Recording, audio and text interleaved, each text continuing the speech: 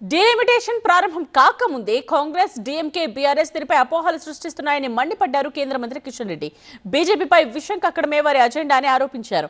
Congress, BRS రెండూ ఒక్కటే అన్నారు. ఈ పార్టీలన్నీ స్వార్థ రాజకీయాల కోసం కేంద్రంపై బురద చల్లుతున్నాయన్నారు. డీలిమిటేషన్ వల్ల ఏ ఒక్క రాష్ట్రానికి అన్యాయం జరగదన్నారు. మరి చట్టాపట్టాలు వేసుకొని ఇద్దరు తిరుగుతూ ఉన్నారు.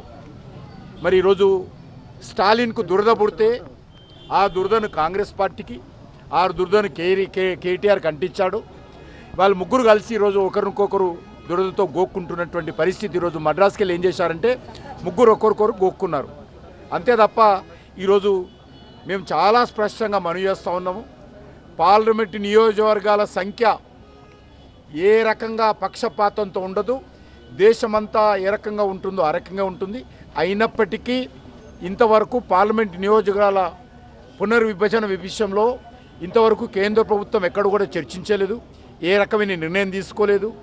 ఇంతవరకు జనాభా సేకరణ జరగలేదు. కాబట్టి మరి ఈరోజు దున్నపోతు ఈనిందంటే ఈరోజు స్టాలిన్, రేవంత్ రెడ్డి, కేటీఆర్ ముగ్గురు కలిసి ఆ దున్నపోతు ఈయన దూడను పక్కకు గట్టేయండి తాడిచ్చాడట. ఆ రకంగా ఇలా వ్యవహారం ఉంది.